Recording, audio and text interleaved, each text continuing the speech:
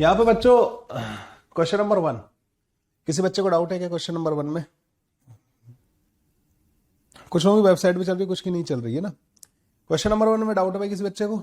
1 में किसी भी बच्चे को डाउट हो तो पूछ लो। तो बच्चों ने जो डाउट पूछे हैं वो पूछे हैं 5, 6, 11, 16, 19। और किसी बच्चे का इनके अलावा कोई डाउट है भाई? जो भी आपके डाउट है बच्चों उनका नंबर लिखना होता है। मेरी क्लास में डाउट डिस्कशन कैसे होता है कि जो भी आपका डाउट होता है उसका नंबर आप लोगों को लिख देना होता है। तो क्वेश्चन नंबर 5 से पहले किसी बच्चे को कोई डाउट नहीं है पक्का? 5 से पहले वाले सारे क्वेश्चंस आप लोगों ने कर लिए? करें भाई, स्टार्ट करें तो फिर।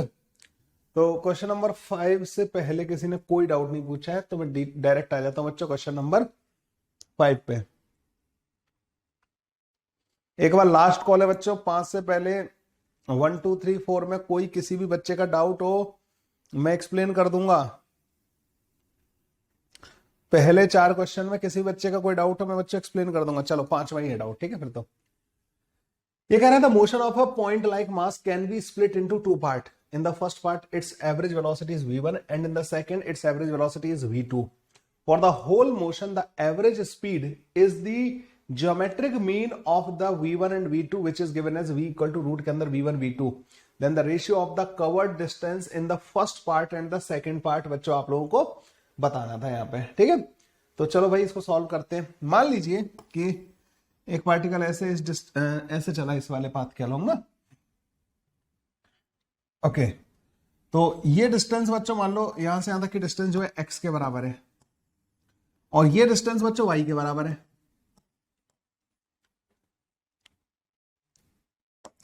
इस डिस्टेंस को इसने चलाया बच्चों v1 की स्पीड से और इस वाले डिस्टेंस को चलाया बच्चों इसने v2 की स्पीड से। एवरेज वेलोसिटी इन्होंने दिया है कि जो एवरेज है ना वो इन्होंने दिया है हमें रूट के अंदर v1 इंटू v2 के बराबर। जबकि एवरेज आएगा कितना बच्चों? Total distance which is x plus का y divided by total time. तो इसको कवर करने में टाइम कितना लगा होगा बच्चों? x डिवाइडेड बाई v1 के बराबर। इसको कवर करने में कितना टाइम लगा होगा बच्चों? y डिवाइडेड बाई v2 के बराबर। सिंपल सा फॉर्मूला लगाया बच्चों, मैंने कुछ अपनी तरफ से किया है क्या? नहीं। अब बच्चों यहां पे आ जाएगा तुम्हारे पास रूट के अंदर v1 into v2 is equal to x plus का y v1 into v2 divided by x v2 plus का y v1। ये आ गया हमारे पास। अगर आप इसको देखो यहां से बच्चों तो इसको इससे काट सकते हैं हम और यहां पे बचेगा रूट के अंदर v1 इंटू v2। इसको सॉल्व कर लो, एक्स v2 एक तरफ आ जाएगा y v1 बच्चों एक तरफ आ जाएगा। This is equal to x root के अंदर v1 v2 प्लस का y रूट के अंदर v1 v2। यहां पे x वाली टर्म्स को एक तरफ ले आओ, रूट के अंदर v2 को कॉमन ले लो, x को एक तरफ ले आओ, ये बनेगा बच्चों रूट के अंदर v2 माइनस का रूट के अंदर v1। y वाली टर्म को एक तरफ ले जाओ बच्चों, रूट के अंदर v1 कॉमन ले लो, रूट के अंदर v2 माइनस का रूट के अंदर v1। थोड़ी जल्दबाजी नहीं करनी थी बस इस वाले क्वेश्चन में।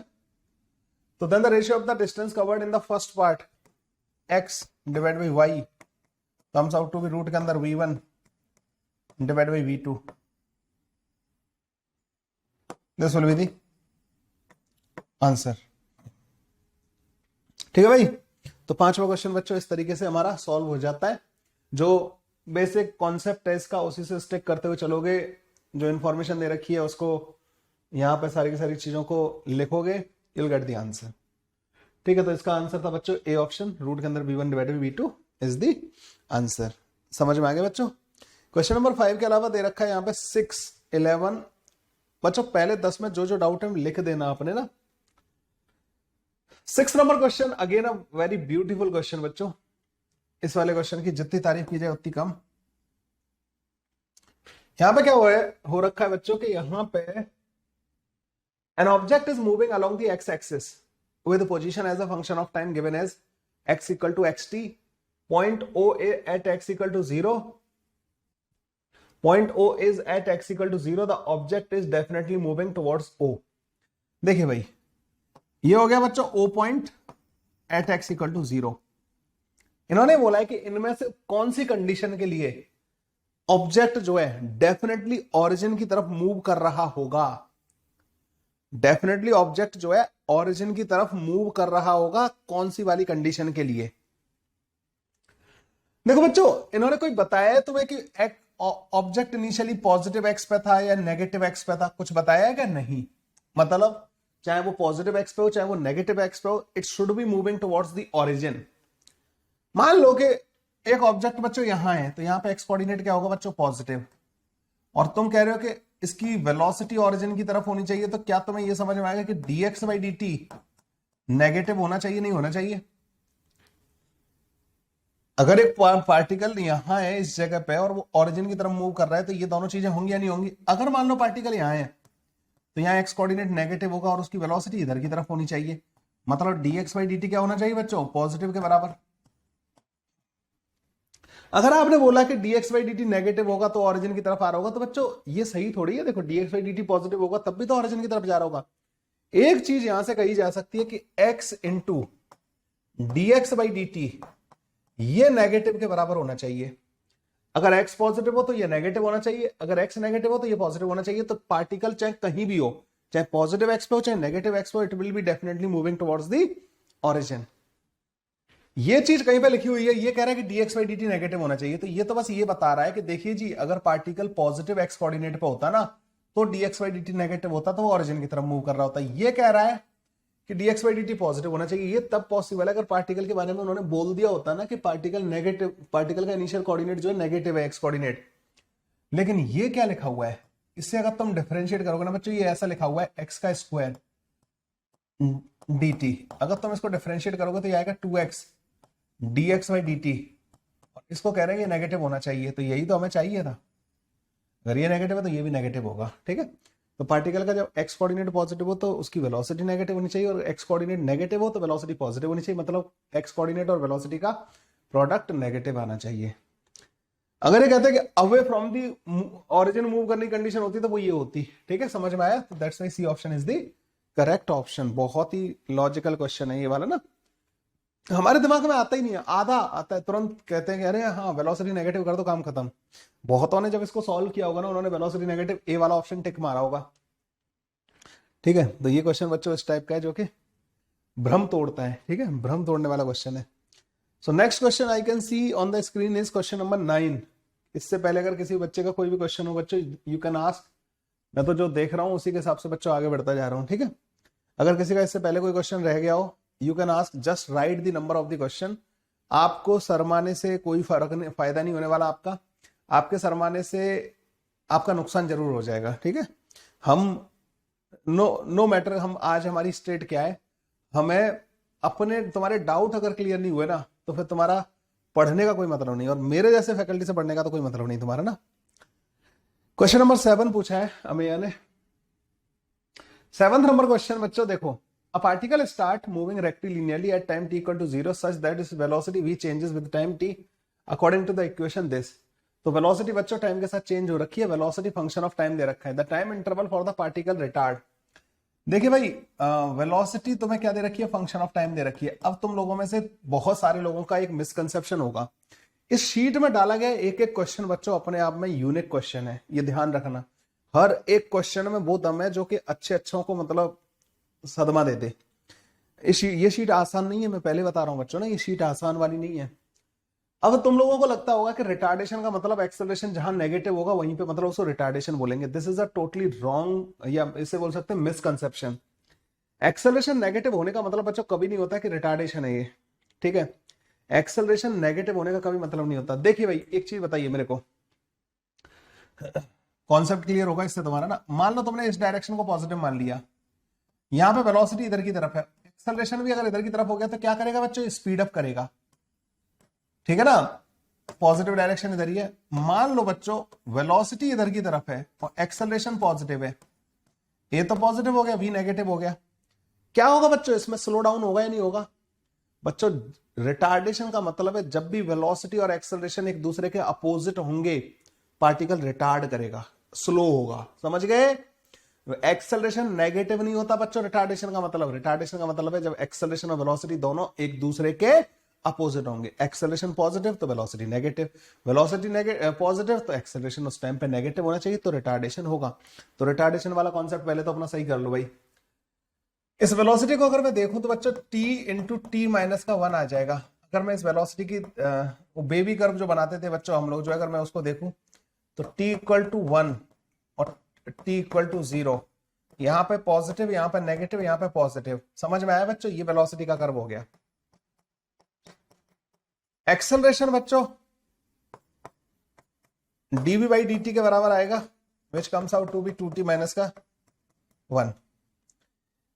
t ग्रेटर देन 1/2 के लिए एक्सेलरेशन पॉजिटिव होगा, t लेस देन 1/2 के लिए बच्चों एक्सेलरेशन नेगेटिव होगा। तो 1/2 से इधर पॉजिटिव, इधर नेगेटिव। वो रीजन जहां पे एक्सेलरेशन और वेलोसिटी का अपोजिट साइन आ रहा है, that region is this region. यह वेलोसिटी नेगेटिव है, एक्सेलरेशन पॉजिटिव, तो t less than 1 greater than 1/2, this happen a and b, a and v are opposite to each other।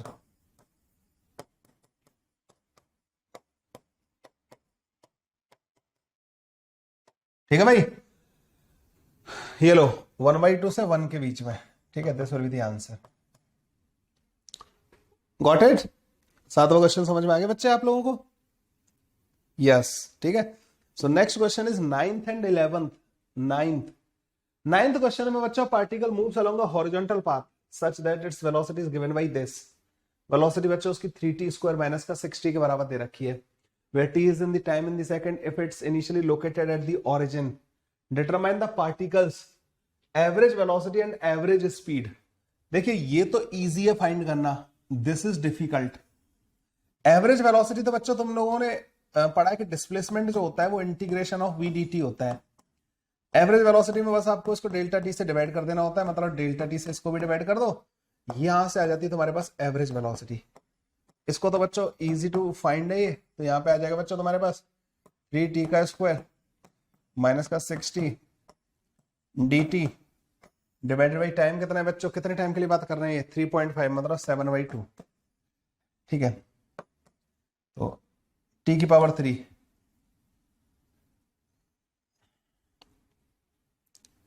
ऐसा करो इसको t0 रख देते हैं, ठीक है, 0 से t0 तक इसको इंटीग्रेट करना है।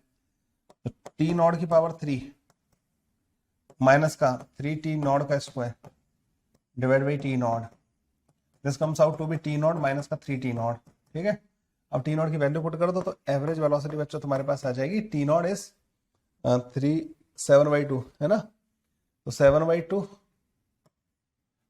49 डिवाइड बाई 4, 21 डिवाइड बाई 2,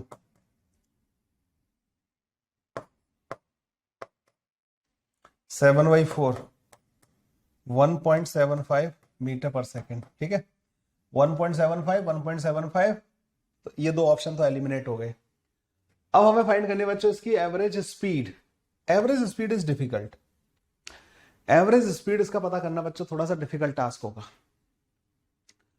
अगर आप इसका ग्राफ बनाओ ना बच्चों, तो v जो कि 3t का स्क्वायर माइनस का 6t है, इसका ग्राफ बच्चों कुछ ऐसा आएगा कि t इक्वल टू 0 पे 0 होगा, और कहां पे 0 होगा बच्चों?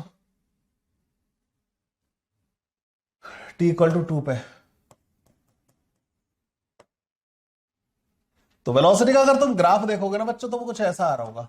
इसका मतलब ये हुआ कि 0 से लेकर 2 सेकंड तक वेलोसिटी होगी नेगेटिव डायरेक्शन में, और 2 सेकंड से लेकर 3.5 सेकंड तक वेलोसिटी होगी पॉजिटिव डायरेक्शन में। मतलब 2 सेकंड पे वेलोसिटी ने अपना डायरेक्शन चेंज कर दिया है। तो अब हमें क्या करना पड़ेगा?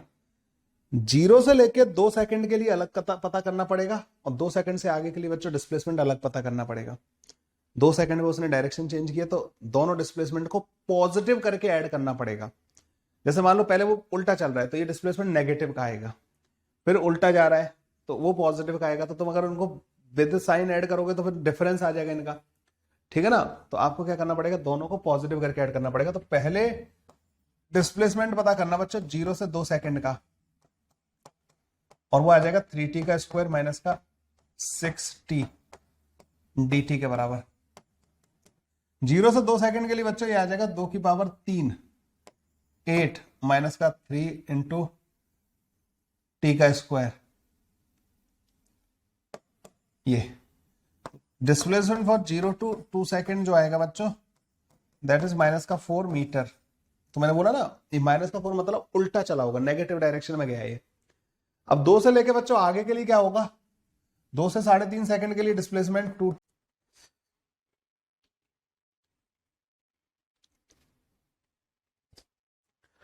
एवरेज वेलोसिटी के लिए या एवरेज स्पीड के लिए वो हाँ फंक्शन को मॉड के साथ, तो वही एक ही बात है बच्चों ना, अलग अलग पता करके डिस्प्लेसमेंट को देखो, जहां से जहां डायरेक्शन चेंज हो रही है ना वहां तक डिस्टेंस और डिस्प्लेसमेंट बराबर होते हैं, उसके बाद वाले को अलग कैलकुलेट कर लो। तो 2 से लेकर 7 सेकंड तक मैं अलग कैलकुलेट कर ले रहा हूं। अब यार तुम इसमें एरिया से तो कर नहीं सकते ना, इसका इंटीग्रेशन बच्चों अलग करना पड़ेगा तुम्हें ना। तो जैसे 7/2 की पावर 3 माइनस का 3 7/2 का स्क्वायर, ठीक है, दिस माइनस का 2 की पावर 3 माइनस का 3 इंटू 2 का स्क्वायर, ठीक है। तो ये आएगा तुम्हारे पास डिस्प्लेसमेंट आ जाएगा बच्चों यहां से 49 डिवाइड बाई 4 7/2 माइनस का 3 माइनस का 8 ये आएगा माइनस का 4, ठीक है। तो ये 1/2 के बराबर आ जाएगा। तो 49 डिवाइड बाई 8 प्लस का 4 8 चौक 32 और this 51 81 81 divide by 8 metre.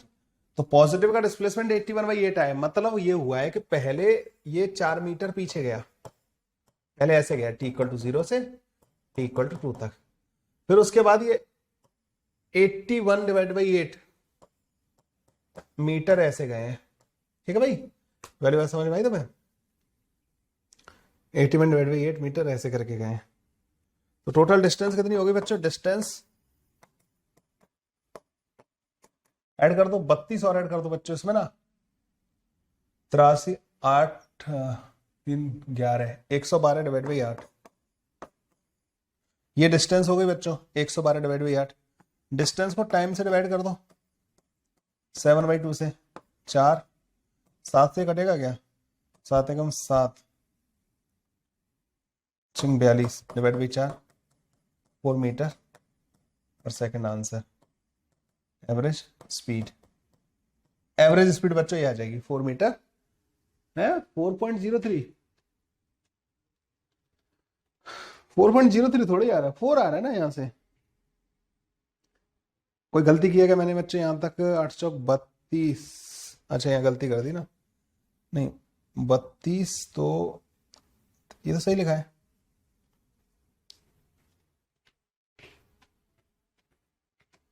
Four आ रहा है ना मेरा तो 113, यस। तो फिर तो कटेगा नहीं, हाँ तो फिर वही फिर आ जाएगा 4.03 आ जाएगा, ठीक है भाई। तो 4.03 आ जाएगा। तो समझ में आया बच्चों? तो ये क्वेश्चन थोड़े से गंदे वाले हो सकते हैं, ठीक है, इसका ध्यान रखिएगा। So next question is 11th जो आप लोगों ने मेरे से पूछा है, ठीक है, 11th वाला ही पूछा है ना आप लोगों ने मेरे से। क्या है बच्चों 11th? On one boundary of a swimming pool there is a person at a point A whose speed of running on the ground is 10 meter per second while that of swimming is 6 meter per second. He has to reach a point B in the swimming pool. The distance covered on the boundary so that the time required to reach the point B in the pool is minimum. अच्छा ये question बच्चों कोई नया question नहीं है, बहुत standard question है। आप लोगों ने देखा होगा कि रोड और वो एक फील्ड वाला जो क्वेश्चन आता है, ठीक है, इसको करने के 2 तरीके होते हैं, ठीक है। मिनिमम टाइम में पहुंचना है तो हम इसमें लाइट ज्योमेट्रिकल ऑप्टिक्स का एक फंडा लगा देते हैं। लाइट भी बच्चों वो पार्ट ट्रेवल करती है जो सबसे कम टाइम लेता है किसी भी जगह तक पहुंचने में। तो मान लीजिए कि ये एक मीडियम होता, ये दूसरा मीडियम होता, तो यहां से लाइट आ रही होती और वो इसमें एंटर कर रही होती, बी पॉइंट पे पहुंच रही होती। तो बच्चों यार लॉज ऑफ रिफ्रैक्शन लगा के भी लोग कर देते हैं, ठीक है, लेकिन क्योंकि अभी हम लोगों ने उसको पढ़ा हुआ नहीं बच्चों, that's why we are not going to talk about that. Okay,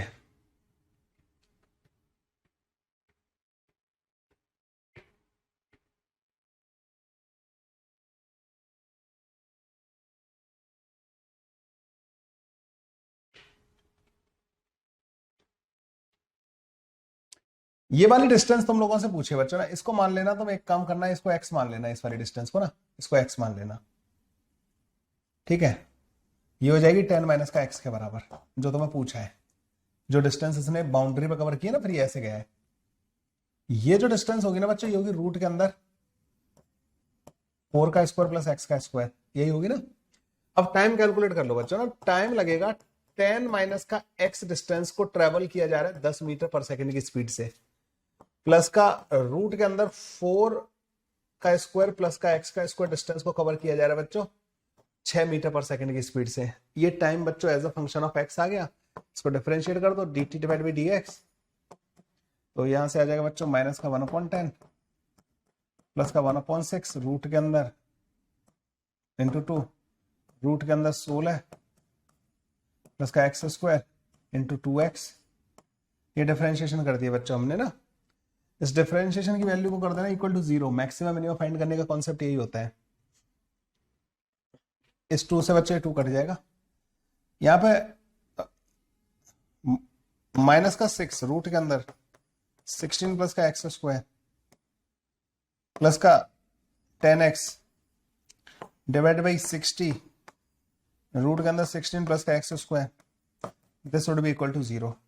इसको 0 करने का मतलब है ऊपर वाला न्यूमरेटर को 0 कर देना, तो 36 इंटू 16 प्लस का x square, this comes out to be 100x square, ऐसा बन जाएगा हमारे पास। 36 into 16 is equal to 100x square minus का 36x square, this comes out to be 64x square, this is 36 into 16, 16 चौक 64, 9, x is equal to 3 metre.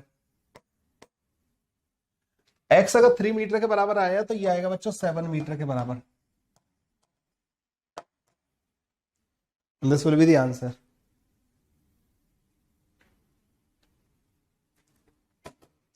इसको अगर आप इस तरीके से नहीं करना चाहते बच्चों, अगर आप ज्योमेट्रिकल ऑप्टिक्स वाले फंडे से करना चाहते हो, तो आप ये कहोगे कि मिनिमम टाइम में तुम्हें इससे यहां पहुंचाना है। तो लाइट क्या करती है, लाइट अगर एक पोजीशन से 2 पोजीशन तक पहुंचनी है ना बच्चों, तो वो मिनिमम टाइम वाला पाथ चूज करती है। तो मान लो लाइट ऐसे आ रही होती, यहां पर रिफ्रैक्शन करा देना था, फिर ये लाइट ऐसे चली जाती, ठीक है, इस वाले पॉइंट पे पहुंच जाती, तो ये एंगल पता करना है, 90 डिग्री है, ये एंगल थीटा होता, तुम्हें पता होना चाहिए कि n1 sine i is equal to n2 sine r होता है, ठीक है। आर की वैल्यू पता करनी है, आई की वैल्यू तो 90 डिग्री दे रखी है। अच्छा, n1 c divide by v1 c divide by v2 साइन 90 is equal to sine theta, ये लगा देते हैं अपन इसमें फंडा। v2 डिवाइड बाई v1 आ जाएगा बच्चे यहाँ पर 6 डिवाइड बाई 10 मतलब 3/5 is equal to sine theta. Theta की वैल्यू बच्चों 37 डिग्री आ जाएगी।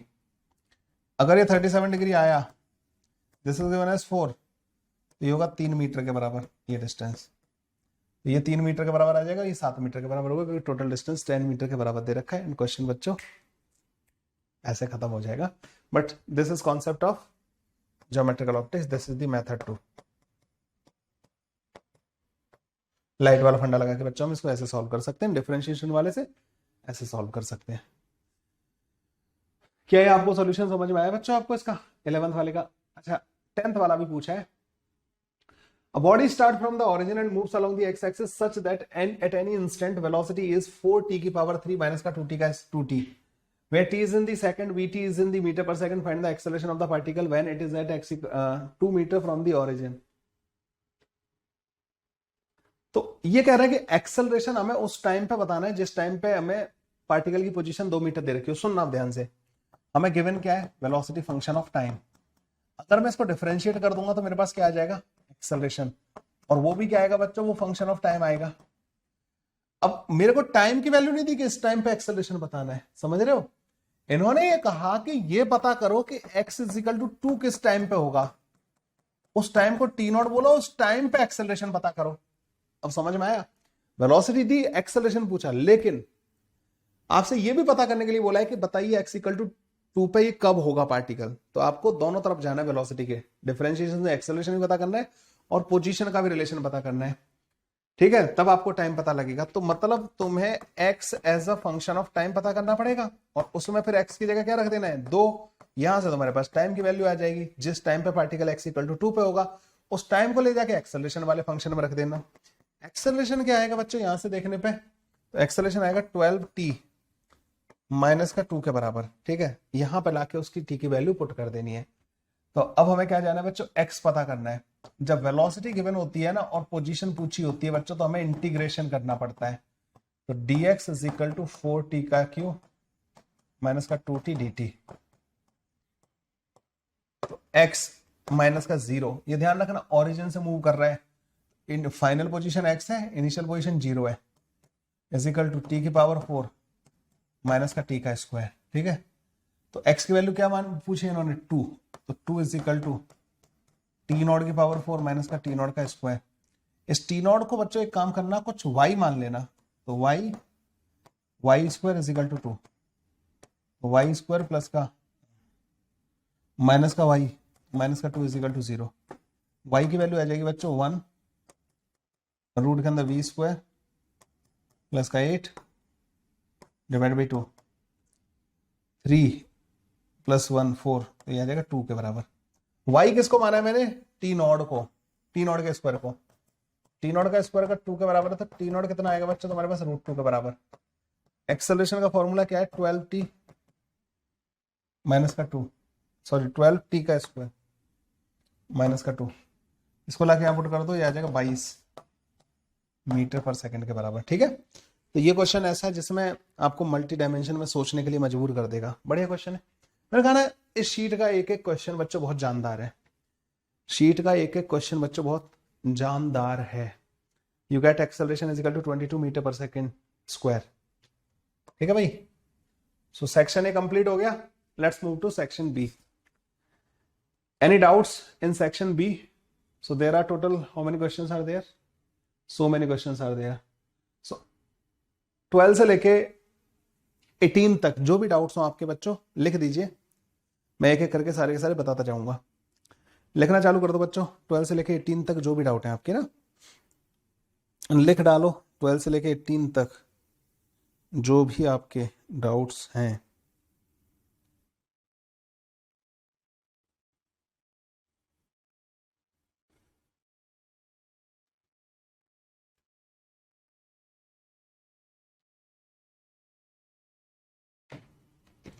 y का एक और वैल्यू आएगा ना, लेकिन वो टाइम की वैल्यू नहीं हो सकती ना, that is an imaginary number.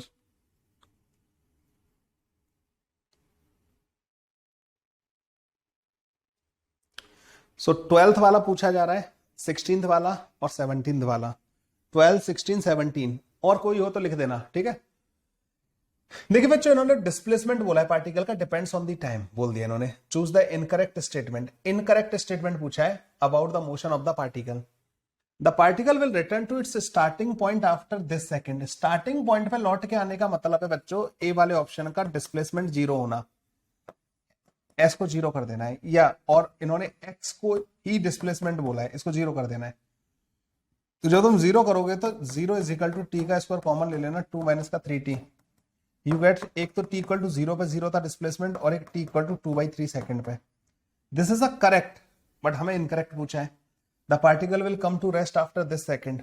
Velocity क्या होती है, 4t माइनस का 9t का स्क्वायर। इसको कह रहे हैं जीरो कब हो जाएगी, t कॉमन ले लेना बच्चों, 4 माइनस का 9t is equal to 0। t की वैल्यू बच्चों 4/9 सेकंड के बराबर आ जाएगी। This is also correct. The initial velocity of the particle was 0, but its initial acceleration was not 0. क्या t इक्वल टू 0 पर भी वेलोसिटी 0 थी? यस। एक्सेलरेशन क्या था? एक्सेलरेशन था वेलोसिटी का डिफरेंशिएशन विच इज 4 माइनस का 18t। t की वैल्यू जब तुम 0 पुट करोगे तो एक्सेलरेशन 4 के बराबर आएगा विच इज नॉट 0, ठीक है? तो सही बात है, ये वाला भी स्टेटमेंट सही है। No net force act on the particle at t equal to this. देखिए भाई, नेट फोर्स जो होता है ना वो m इंटू ए के बराबर होता है पार्टिकल के केस में ना। तो अगर इसका एक्सेलरेशन जीरो हुआ, इफ एक्सेलरेशन जीरो हुआ तो नेट फोर्स जीरो आएगा। ये कह रहे हैं no net force will act, मतलब ये कह रहे हैं नेट फोर्स जीरो होगा एट दिस टाइम। क्या इस टाइम पे एक्सेलरेशन जीरो आ रहा है?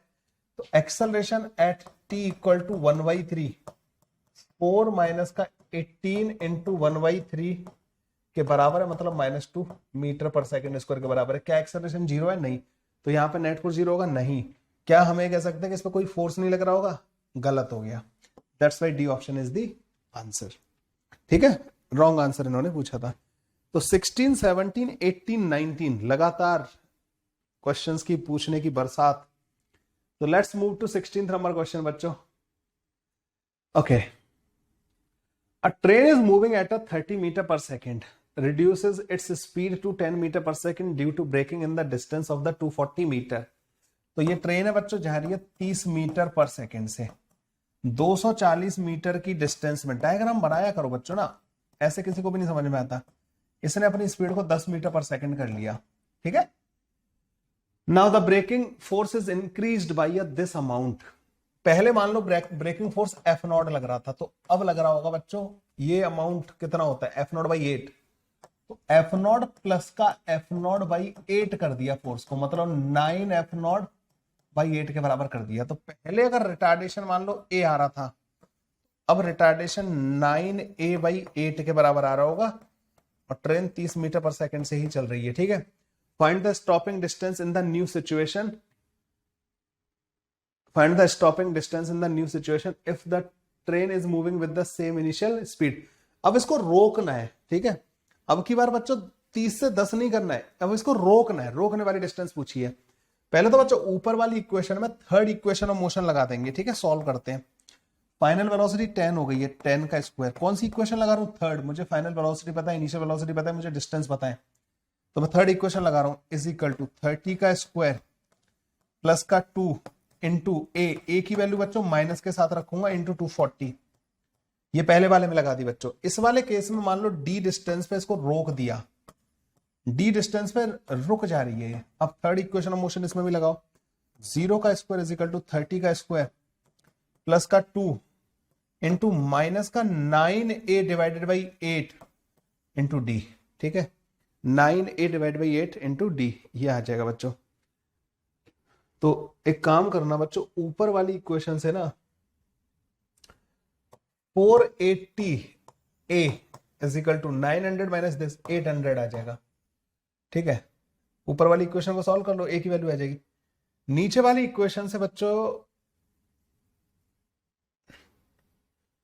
9/4 A into d is equal to 900 के बराबर आ जाएगा। दोनों को कर देना बच्चों डिवाइड, ये कट जाएगा इससे। 8 6 48, 60 आ जाएगा। ए से ए कट जाएगा, 9 से 9 कट जाएगा। डी की वैल्यू बच्चों 240 मीटर के बराबर आ जाएगी।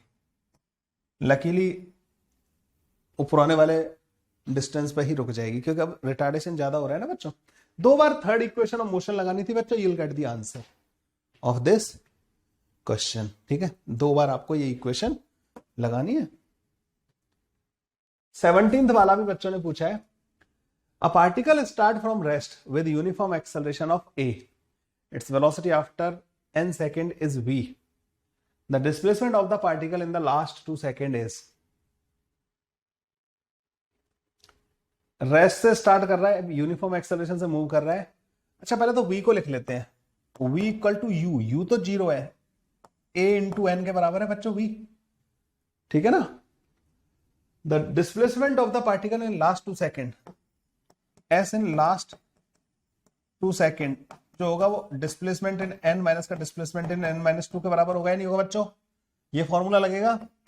u तो 0 के बराबर दे रखा है, तो हाफ a n का स्क्वायर माइनस का हाफ a n माइनस 2 का स्क्वायर, हाफ a कॉमन ले लेना बच्चों, n स्क्वायर माइनस का n स्क्वायर माइनस का 4, और ये माइनस का 4n आएगा, तो ये प्लस का 4n। ये होगा बच्चों डिस्प्लेसमेंट इन लास्ट 2 सेकेंड, ये कट जाएगा, a डिवाइड बाई 2।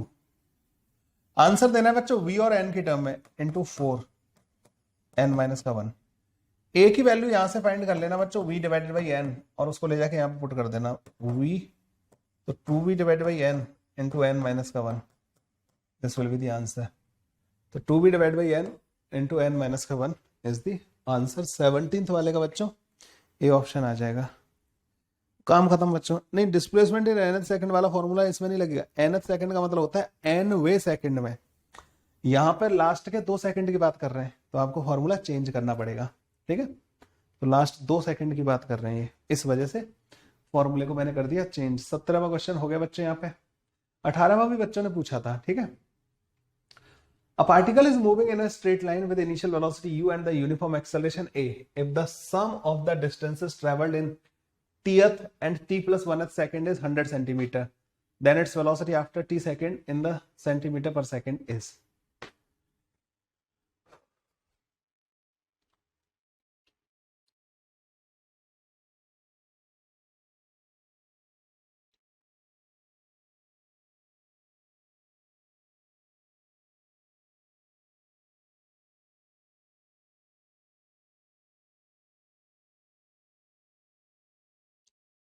अच्छा, तो particle is moving in a straight line with initial velocity u और एक्सेलरेशन बच्चों f के बराबर दे रखा है। If the sum of the distances travelled in tth and t plus 1th second is this. अच्छा, डिस्प्लेसमेंट इन tth सेकंड क्या होगा बच्चों, u प्लस का a divided by 2t minus का 1 के बराबर। Displacement in t plus 1th second क्या होगा, u प्लस का f divided by 2 into T plus का 1 माइनस का 1 के बराबर। इसमें डायरेक्ट फॉर्मूला लगा सकते हैं। और इन दोनों का सम किसके बराबर दे रखा है बच्चों, 100 सेंटीमीटर के बराबर।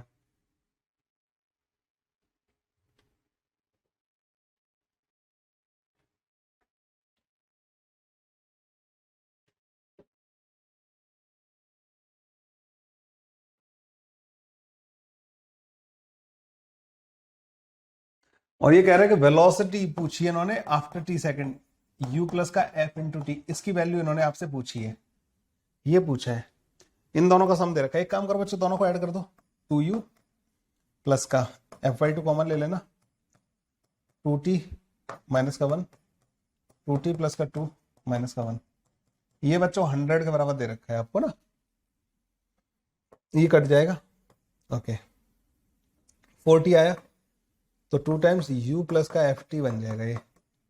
ये बच्चों 100 के बराबर दे रखा है, तो u प्लस का ft की वैल्यू कितनी आ जाएगी बच्चों, 50 के बराबर। तो u प्लस का f into T 50 metre per second के बराबर होगा, जो भी है सेंटीमीटर पर सेकंड, आंसर आ जाएगा, ठीक है। क्वेश्चन ही लेके जाएगा बच्चों तुम्हें आंसर की तरफ ना, क्वेश्चन ही लेके जाएगा। लास्ट में सॉल्व करके दो, हाँ खत्म, दोनों को सॉल्व करना था बस, जैसे जैसे उन्होंने बोला है बच्चों मैंने वही किया है, मैंने कुछ अपनी तरफ से नहीं किया। देखो इक्वेशंस लगाई, सॉल्व किया, और वो पूछा जो था वो मेरे दिमाग में होना चाहिए, पूछ क्या रहा है वो मैंने वहां पर लिख लिया, तो क्वेश्चन सॉल्व हो गया विद इन मिनट, ठीक है। यहां तक तुम लोगों ने बच्चों पूछे थे। अब मुझे बताओ बच्चों 25 तक जो भी तुम्हारे डाउट हो यू कैन आस्क। मैं मतलब सेक्शन बी में और कोई डाउट तुम्हारा बच्चा हो बच्चों जल्दी से पूछ लो। बी सेक्शन में जो भी डाउट हो बिना हेजिटेशन के आप पूछ लो, ठीक है। तो बताए इतना अच्छा फैकल्टी, इतना अच्छे से एक्सप्लेन करने वाला कोई मिला ही नहीं होगा तुम्हें ना जिंदगी में कभी। तो आपके जो भी डाउट है बच्चों पूछ लो, ठीक है, ताकि अपन जल्दी जल्दी डाउट डिस्कस करते जाए। अच्छा, एक चीज का ध्यान और देना बच्चों, मैं ये पीडीएफ ना अपडेट करूंगा after some time, so when you revise, तो आप जीमेल ड्राइव पे ही आप दोबारा से बच्चों पीडीएफ डाउनलोड करना। आफ्टर सम टाइम होगा क्या, जिन जिन क्वेश्चंस के मैं एक्सप्लेनेशन दे रहा हूं ना बच्चों, उन क्वेश्चंस के हर एक क्वेश्चन के नीचे लिंक ऐड करवाऊंगा मैं, ठीक है ना। हर एक क्वेश्चन का लिंक ऐड करवाऊंगा, जिससे कि आप जो है फ्यूचर में मतलब डायरेक्ट पीडीएफ पे जाके आप सॉल्यूशन देख सको, ठीक है, जब भी अटकोगे तो। 19 एंड 22, सो 19 एंड 22 मार्केट में बहुत डिमांड में है भाई। तो 19वां क्वेश्चन बच्चों देखते हैं क्या कह रहा है 19वां question. Two friends start bike from one corner of a square field of edge L towards the diagonally opposite corner in the same time. तो बच्चों यहां पे डायगोनली अपोजिट एज जो है बच्चों ये दे रखा है आपको, तो दो फ्रेंड बच्चों इसकी तरफ जाना चाहते हैं, ठीक है, ओके, यहां से स्टार्ट करके वहां जाना चाहते हैं। They both start from the same place and the take different route. One, अच्छा स्क्वायर फील्ड है, ठीक है, one along the diagonal with constant acceleration and the other accelerate momentarily and then travel along the edge of the field with constant speed v। What is the relationship between, देखो सुनो, एक तो बच्चों ऐसे जाने लगा ए एक्सेलरेशन से, एक ने मोमेंटली मतलब एकदम से अपनी वेलोसिटी v कर ली, एक्सेलरेट किया अपने आप को, और उसकी वेलोसिटी उसी जगह पे v हो गई, समझ रहे हो, एकदम से अपनी स्पीड बढ़ा ली उसने, ठीक है ना। You don't have to consider कि उसने वेलोसिटी अटेन करने में डिस्टेंस नहीं, मोमेंटली मतलब ऑन दी स्पॉट उसकी स्पीड v हो गई है, और वो ऐसे करके चल के जा रहा है इस कांस्टेंट स्पीड v से। What is the relationship between if they reach at the same time, ठीक है, दोनों कैसे पहुंच रहे हैं बच्चों,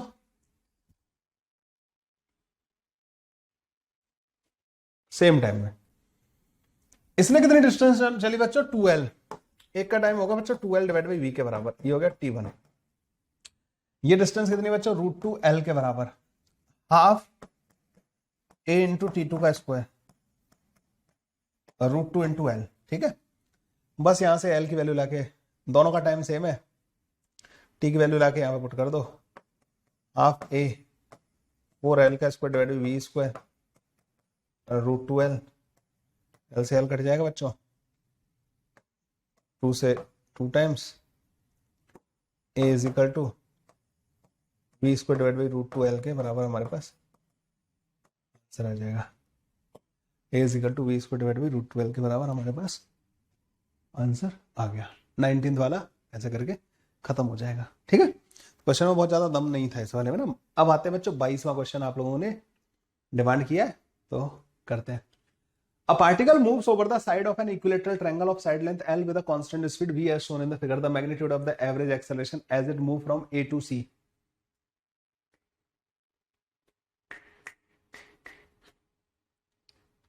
Average acceleration as it moves from A to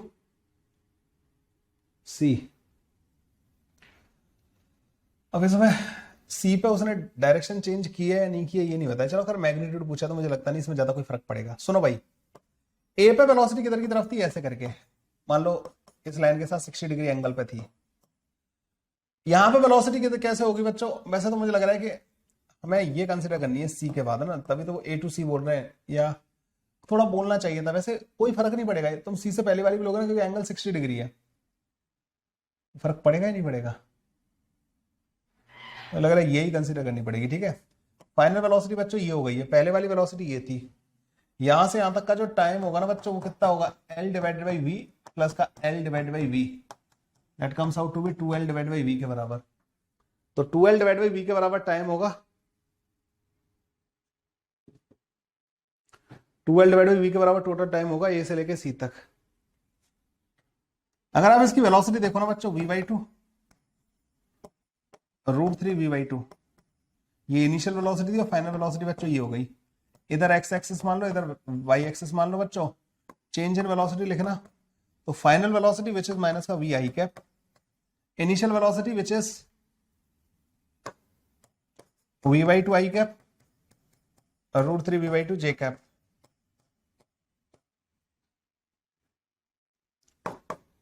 minus का 3/2 आई कैप माइनस का √3v/2 जे कैप, ठीक है। ये हो गया बच्चों वेलोसिटी का चेंज।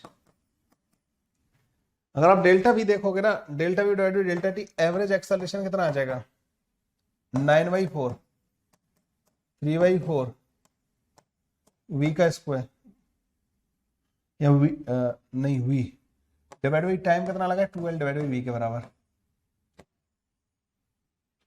एवरेज एक्सेलरेशन आ जाएगा बच्चों 12 रूट के अंदर 3 v square divide by 2L के बराबर, ठीक है। This will be the answer, root के अंदर 3v का स्क्वायर डिवाइड बाई 2L के बराबर आंसर आ जाएगा।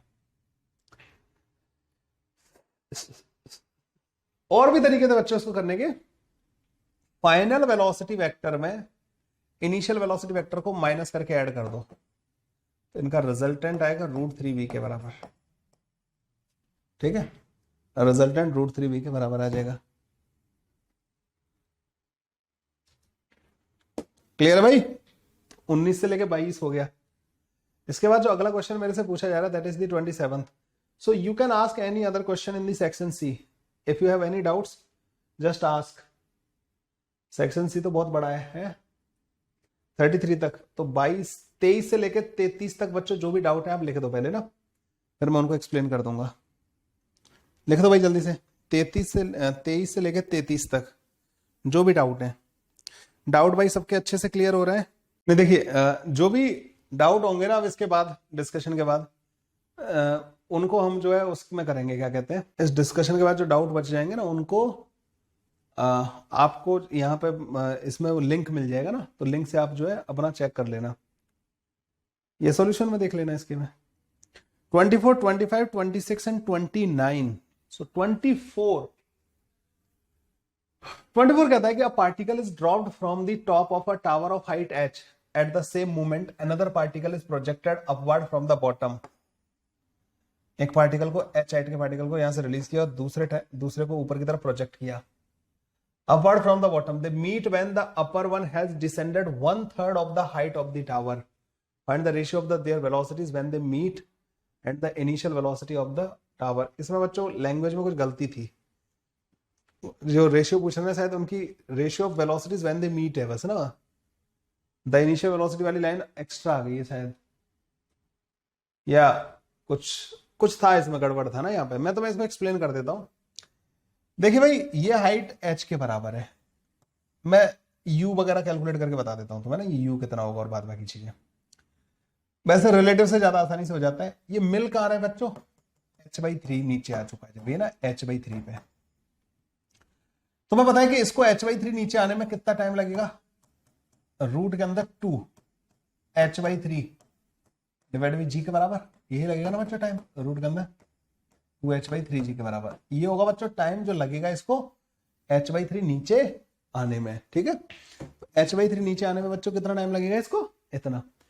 इतने टाइम में बच्चों इसको कितनी डिस्टेंस कवर करनी है, 2h/3 के बराबर ऊपर जाना है इसको ना, g एक्सेलरेशन है इसका, क्योंकि दोनों h/3 पे मिल रहे हैं। तो इसके लिए लिखो बच्चों 2h/3 is equal to u into time हमें दे रखा है, रूट के अंदर 2h/3g माइनस का half gt square, g into T का स्क्वायर, तो 2h/3g।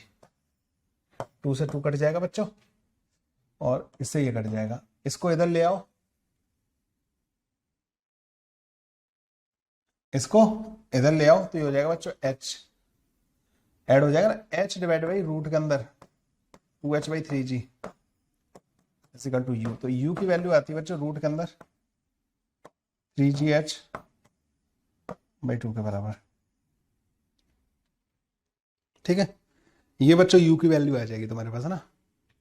बाद बाकी अगर जो भी पूछा होता बच्चों तुम कर लोगे सॉल्व ना, पर इन्होंने शायद या तो ये वेलोसिटी पूछी है कि टक्कर से जस्ट पहले इसकी वेलोसिटी v1, इसकी वेलोसिटी v2, या तो इनका रेशियो पूछा है। तो v1 तो मैं डायरेक्ट लिख सकता हूं, v1 तो रूट के अंदर 2 इंटू g इंटू h/3 के बराबर आ जाएगी। ये फॉर्मूला लिखाया था ना कि h नीचे गिरने के बाद वेलोसिटी जो रूट के अंदर 2gh आ जाती है। इसकी वेलोसिटी बच्चों यहां से यहां तक तो मैं फॉर्मूला लगाना पड़ेगा, तो v2 का square is equal to v1 का square which is this 3gh divide by 2 minus का 2g इंटू 2h/3। तो v2 का स्क्वायर बच्चों बेसिकली आ जाएगा तुम्हारे पास 3gh बाई 2 माइनस का 4gh divide by 3 gh divide by 6। ये बच्चों v2 आ गया, v1 हमारे पास वो आया है 2gh बाई दिस। अगर तुम v1 डिवाइड बाई v2 कर दो 2 के बराबर आ जाएगा। Find the ratio of their velocities when they meet. वो 2 के बराबर जो है ना 2:1 बच्चों, बेसिकली इनके मिलने के टाइम पे जो इनकी वेलोसिटीज है ना उनका रेशियो है जो इन्होंने हमसे पूछा है। ठीक है भाई, तो 24 बच्चों ये हो गया, थोड़ी सी लैंग्वेज में इसकी में गलती है। 25 2 balls are projected simultaneously with the same speed from the top of the tower। तो बच्चों यहां से टॉप ऑफ द टावर से one vertically upward and the other vertically downward, same speed से। They reach the ground in 9 seconds and 4 seconds respectively। इसको बच्चों जमीन तक पहुंचने में 9 सेकंड लग रहे हैं। जब ये यहां पे आएगी ना बच्चों, it will be moving downward with v naught, और इसको बच्चों यहां से यहां तक पहुंचने में 4 सेकंड लग रहे हैं। क्या तुम्हें ये समझ में आ गया कि इसको भी यहां से यहां तक पहुंचने में 4 सेकंड ही लगेंगे? मतलब ये जो यहां से यहां तक की मोशन है, ये इसमें 5 सेकंड लगे होंगे या नहीं लगे होंगे? अरे 5 सेकंड और 4 second, 9 second. The height of the tower आप लोगों से इन्होंने पूछी है, हाइट पता करने के लिए बच्चों वी नॉट कैलकुलेट करना जरूरी है। तो देखो 2v नॉट डिवाइडेड बाई जी 5 के बराबर लिख सकता हूं। ऐसा लग रहा है यहां से एक पार्टिकल को फेंका वी नॉट से और वो वहीं वापस आ गया 5 सेकंड में। वी नॉट की वैल्यू बच्चों 25 मीटर पर सेकंड आ जाएगी। अब देखो बच्चों 9 सेकंड में यहां से यहां पहुंच गया है। This is the initial position, this is the final position. तो डिस्प्लेसमेंट कितना होगा इसका? माइनस का h के बराबर। 9 सेकंड में displacement s is equal to ut plus का हाफ at स्क्वायर। इस फॉर्मूले में s की जगह रखूंगा माइनस का h, u की जगह मेरे को u पता लग गया 25, t है 9 सेकंड के बराबर, प्लस का हाफ एक्सेलरेशन बच्चों माइनस का 10 के बराबर है, t 9 सेकंड के बराबर है। ऐसे पुट कर दूंगा। माइनस का h is equal to 225 minus का 81 इंटू 5 40, 405, 180 मीटर बच्चों हमारे पास आंसर। ये नेगेटिव का आएगा, माइनस माइनस दोनों जगह से कट जाएगा। 180 मीटर बच्चों हमारे पास आंसर आ जाएगा। ठीक है, सो 24, 25 समझ में आया बच्चों? ये सब मैं पढ़ा चुका हूं तुम लोगों को ना, मैंने इससे बड़े बड़े इलस्ट्रेशंस कराए हैं आप लोगों को। 24, 25, then 26 and 29. So 26. A person throws vertically up n balls per second with the same velocity. He throws a ball whenever the previous one is at the highest point. ये बॉल यहां पर फेंक रहा है तो इससे पहले वाली अपने हाईएस्ट पॉइंट पर पहुंच गई है। तो इस बॉल को जब यहां से फेंका गया ना, उसके बाद जब ये अपने हाईएस्ट पॉइंट पर पहुंची तब ये वाली फेंक रहा है। जब ये अपने हाईएस्ट पर पहुंचेगी तो ये लोवेस्ट यहां आ जाएगी और तीसरी बॉल फेंक रहा होगा। 1 सेकंड में बेसिकली वो कितनी बॉल फेंक रहा है? 1 सेकंड में 2 बॉल फेंक रहा है। सुनना ध्यान से, एक बॉल फेंकी, वो हाईएस्ट पे पहुंची आधे सेकंड में, उसने दूसरी फेंकी, वो वापस आ गई, ये हाईएस्ट पे पहुंचेगी तब अगली फेंकेगा। तो समझ में आया? 1 सेकंड में वो 2 बॉल फेंक रहा है और टाइम इंटरवल बच्चों 1/2 के बराबर है। ठीक है, तो ये बॉल बेसिकली यहां से यहां जाके यहां इसके पास हाथ में कितने टाइम बाद आ जाएगी? 1 सेकंड बाद। टाइम इसका 1 सेकंड के बराबर होगा, which is 2u divide by g. तो u की वैल्यू बच्चों 5 मीटर पर सेकंड आ जाएगी। ये 5 मीटर पर सेकंड से बच्चों बॉल फेंक रहा है।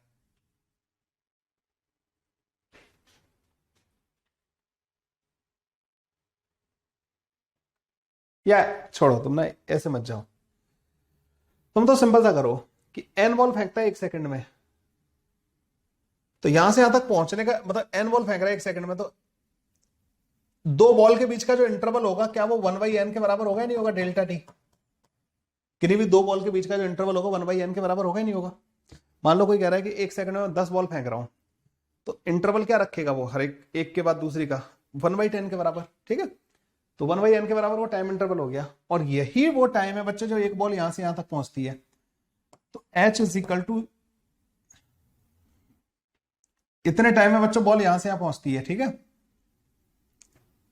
इस टाइम में, इस टाइम को हम लिख सकते हैं u डिवाइड बाई जी के बराबर। देखो सुनो, अगर तुम u वेलोसिटी से किसी चीज को फेंकते हो ना, तो यहां तक पहुंचने में उसको टाइम लगता है u डिवाइड बाई जी, और यहां तक वापस आने में लगता है 2u बाई जी के बराबर। u बाई जी जाने का, u बाई जी आने का। ठीक है, तो ये टाइम इंटरवल बच्चों u बाई जी के बराबर आ गया। तो h मैक्स, जो ये मैक्सिमम हाइट है बच्चों, that is u square divide by 2g के बराबर होता है। तो u की वैल्यू बच्चों यहां से पुट कर दो g by n, g square divide by 2n square into g, मतलब g divide by 2n square. C option is the correct option. ठीक है, a person throws vertically up n ball per second with the same velocity. He throws a ball whenever the previous one is at the highest point. The height to which the ball rises is g divided by 2n का square. ठीक है, ऐसे करके बच्चों इस वाले question का निपटारा हो जाएगा। 26 is done. 29 is the next question जो मेरे से पूछा गया है। 29, a student determined to test the law of gravity for himself walk off a skyscraper or a skyscraper of 320-meter height with a stopwatch in the hand and start his free fall. This is totally nonsense. Do not try this at home. ठीक है, हमें कोई gravity के law को test नहीं करना है। ठीक है, जान है तो जहान है, जान है तो ग्रेविटी भी रहेगी। ठीक है, समझ में आया भाई?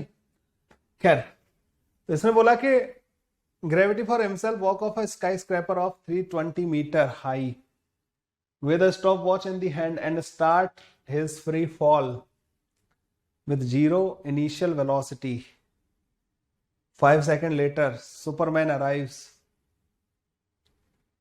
at the scene and dive off the roof to save the student. What must be the Superman's initial velocity in order that he catches the student just before reaching the ground?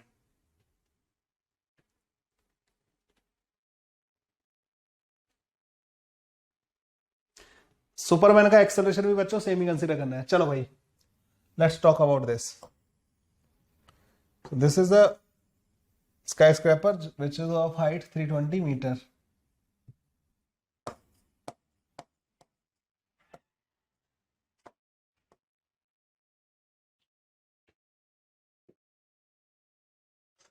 यहां से एक बच्चा जो है, जो gravity को test कर रहा था, विच इज स्ट्रिक्टली प्रोहिबिटेड बच्चों। इस इलस्ट्रेशन को मैं चेंज करना चाहता हूं पर ध्यान ही नहीं रहता ना। ठीक है, खैर, सो 5 सेकंड में बच्चों उसका जो, इसने जो जमीन मतलब जितना नीचे आ गया होगा, तो 5 सेकंड को मैं रूट के अंदर 2h/g वाला फॉर्मूला लगा सकता हूं। तो h की वैल्यू आ रही होगी बच्चों यहां से जब 25 इंटू 125 मीटर के बराबर। तो स्टूडेंट बच्चों 5 सेकंड में 125 मीटर नीचे आ चुका है ऑलरेडी ना। स्टूडेंट यहां पे जमीन पे पहुंचने में कितना टाइम लगेगा बच्चों?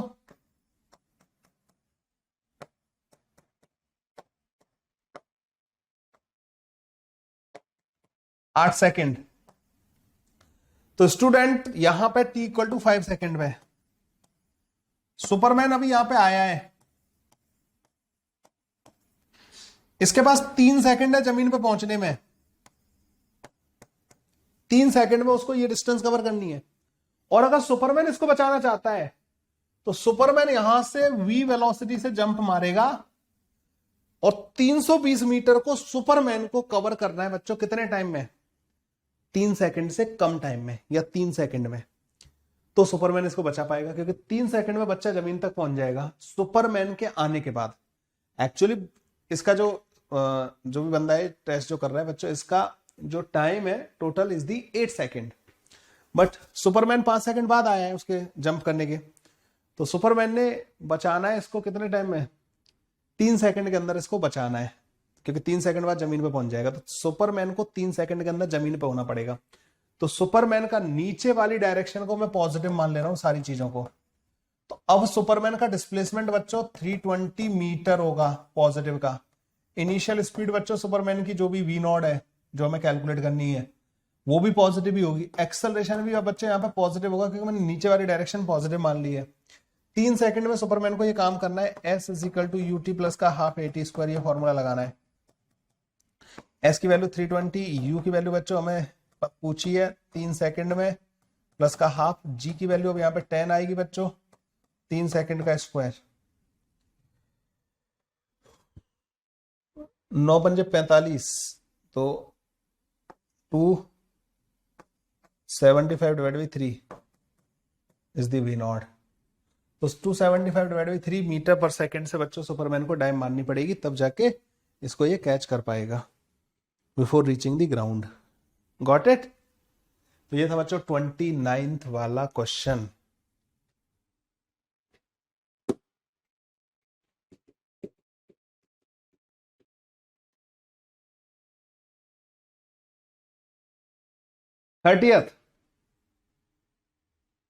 In the above question 29th, what must be the maximum height of the skyscraper so that even Superman cannot save him?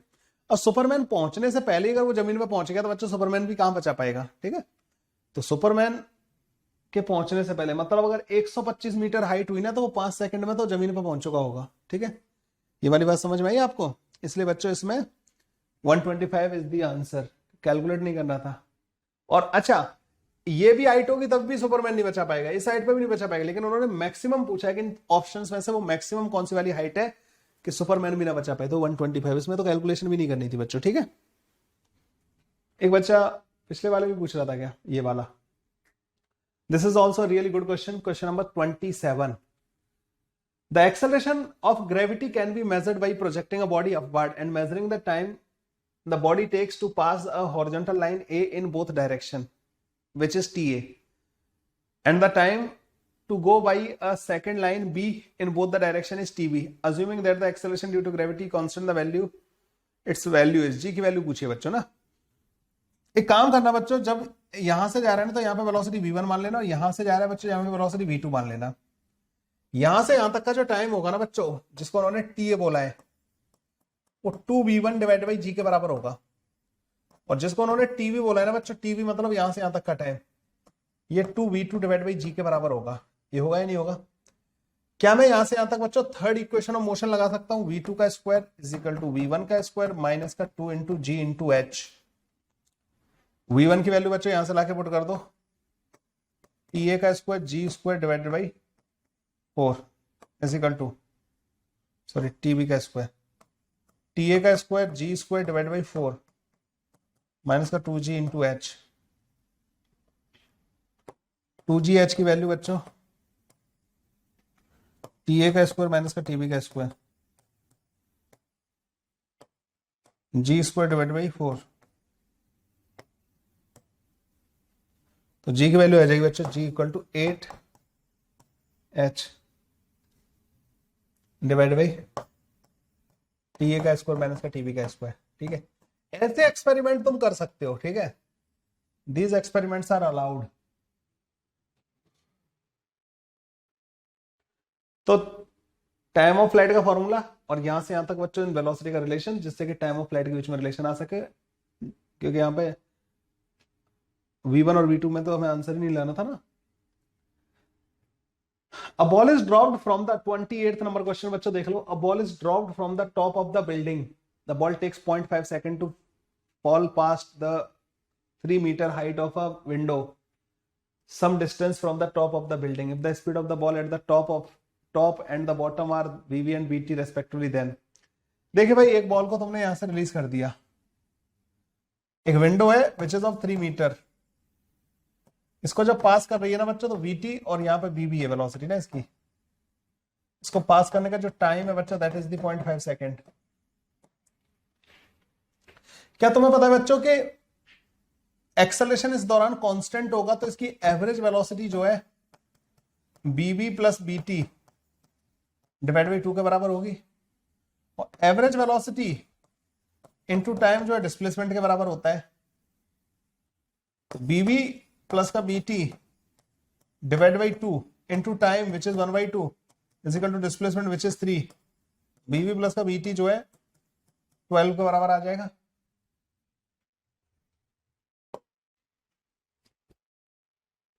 अच्छा, BB equal to BT plus का G इंटू T, तो BB माइनस का BT जो है, G की value बच्चों कितनी दे रखी है 9.8।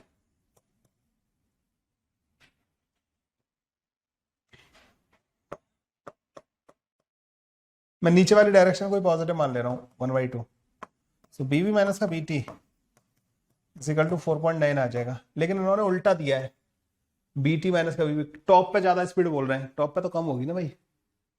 ए ऑप्शन आ गया, बस काम खत्म हो गया, ठीक है। तुम कहोगे सर इन ऑप्शंस को चेक करना हो तो एक रिलेशन तुम्हारे पास ये है, एक वो है। जैसे तुम्हें पता है BB प्लस का BT ये 12 के बराबर है, दोनों को ऐड कर देना, BB की वैल्यू आ जाएगी तुम्हारे पास 16.9 डिवाइड बाई 2 के बराबर,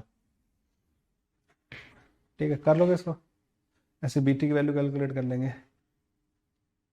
चलो भाई, up to 33. What are the next questions you want to ask? So 32, 33 and 34. 32, 33 and 34. 32. A lift whose case is 3 meter high is moving up with an acceleration of 2 meter per second square. So एक lift है बच्चों जिसका case 3 metre ऊंचा है.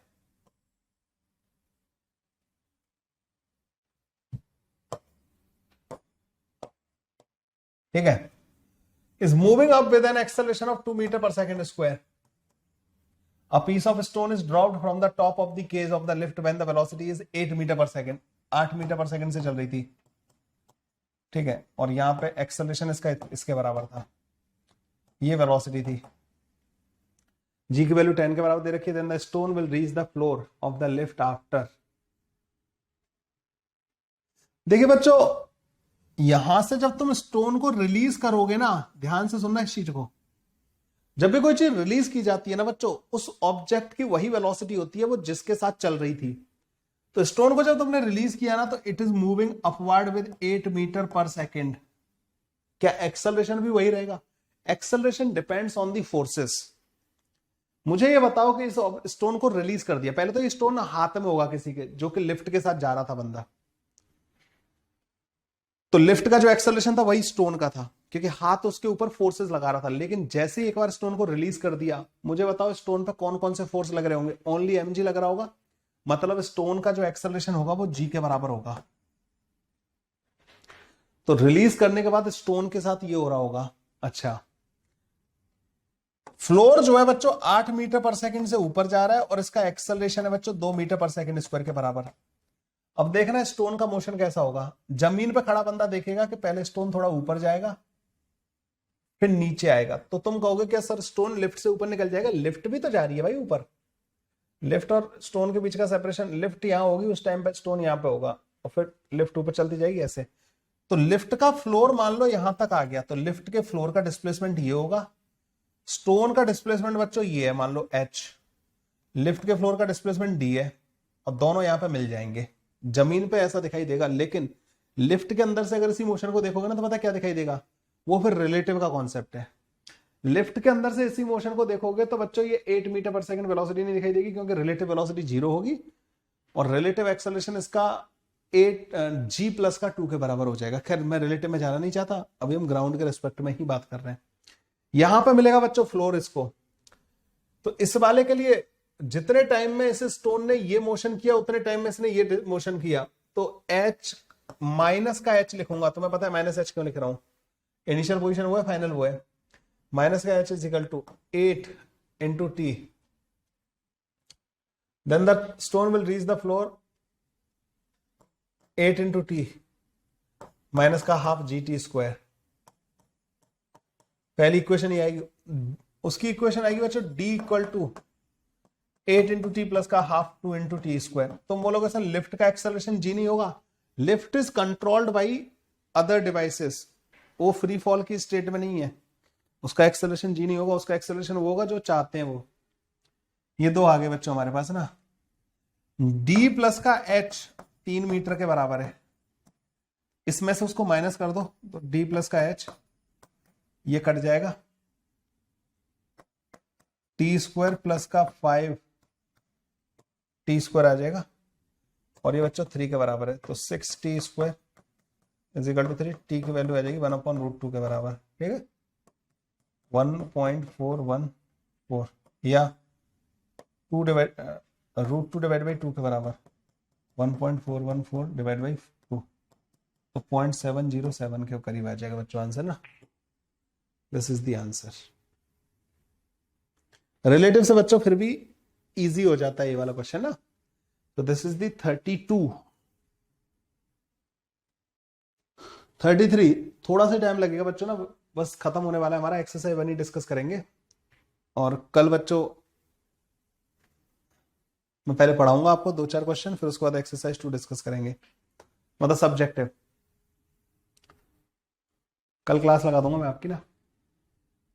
पहला topic है बच्चों, इसको थोड़ा लंबा खिंच गया है. ठीक है, सिस्टम को सेट करने के चक्कर में. कोई बात नहीं, करेंगे पर अपन पूरा डिस्कस इसको, ठीक है। मंडे को इसी की क्लास कर लेंगे। वैसे भी अब नई ऐप पे हो जाएगा तो नई ऐप पे मैं नया स्केड्यूल बना दूंगा। ये कह रहा है 33 में कह रहे हैं कि a small object is dropped from the top of the building and falls to the ground. As it falls acceleration due to gravity, it passes a window. It has a speed v1 at the top of the window and speed v2 at the bottom of the window. What point does it have a speed v1 plus v2 divided by 2?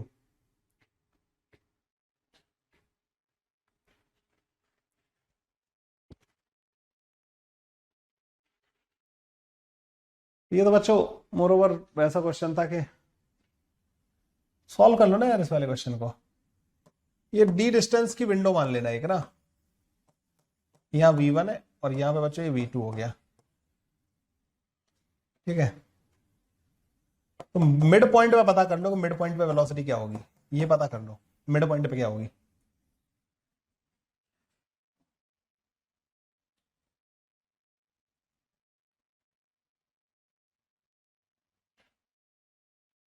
अच्छा ऐसा समझो बच्चों ना, बहुत simple सा एक example ले लेते हैं। कोई particle 1 metre per second square के एक्सेलरेशन से चल रहा है। मान लो एक टाइम पे उसकी वेलोसिटी 10 है और कुछ देर बाद 20 हो गई। इनका 10 प्लस 20 डिवाइड बाई 2 एवरेज क्या आएगा 15। तो 15 मीटर पर सेकंड क्या उसके मिड पॉइंट पे होगी? नहीं।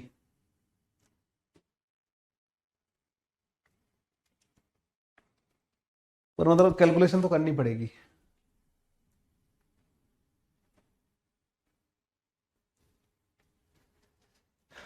यहां से यहां तक एक बार इक्वेशन लगाओ, v1 का स्क्वायर प्लस का 2 into G into D by 2, v2 का square is equal to v square 2g into D by 2।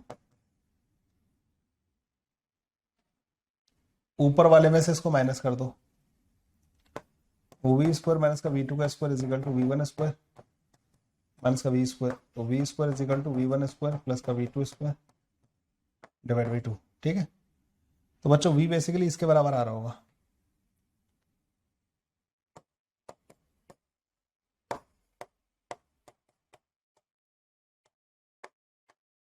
इसके बराबर आ रहा होगा मिड पॉइंट पे।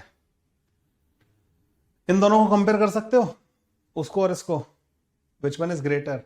मैं इसको उससे बड़ा मान रहा हूं, मैं कह रहा हूं v जो है ग्रेटर है v1 प्लस का v2 से। मतलब मैं ये मान रहा हूं कि सेंटर पॉइंट से पहले ही ये वाली वेलोसिटी अचीव हो गई होगी, सेंटर पॉइंट पे तो ज्यादा होगी स्पीड, मैं मान रहा हूं।